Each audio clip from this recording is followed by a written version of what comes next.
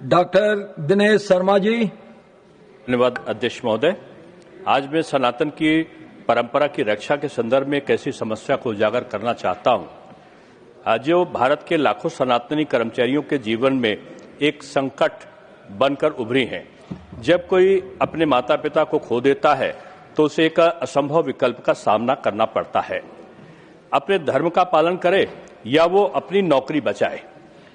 इसका मुख्य कारण यह है कि भारत के वर्तमान श्रम कानूनों में सवैतनिक शोक अवकाश के लिए कोई प्रावधान या दिशा निर्देश नहीं है, जबकि अन्य देशों में जैसे कनाडा, जर्मनी आदि तमाम देशों में इस प्रकार का प्रावधान है।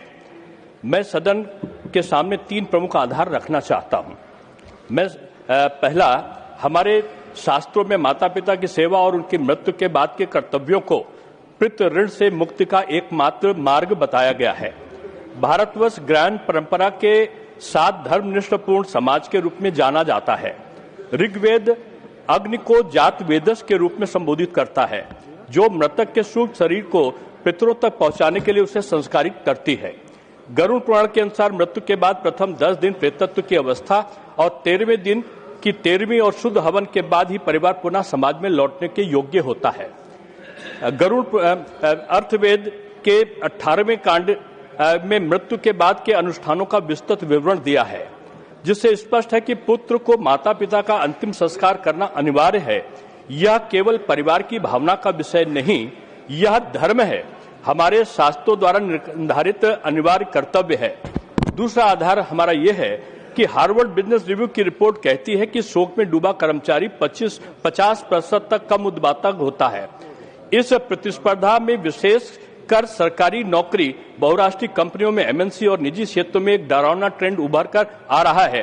काम के भारी बोझ और ऑलवेज ऑन डिजिटल संस्कृति के कारण बच्चे अपने माता पिता के अंतिम संस्कारों को मात्र 2 या 3 दिन में समेटने को मजबूर हैं।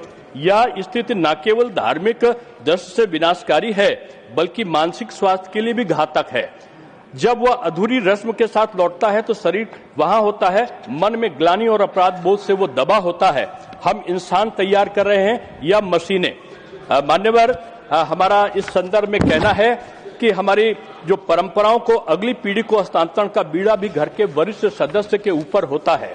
जो आचरण वो करेंगे वही भी अगली पीढ़ी सीखेगी।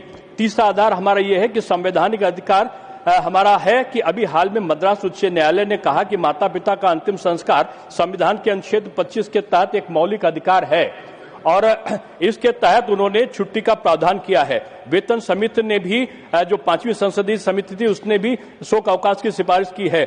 मैं भारत सरकार के जो एमएनसी निजी क्षेत्र में अंतिम संस्कार करने वाले कर्मचारी को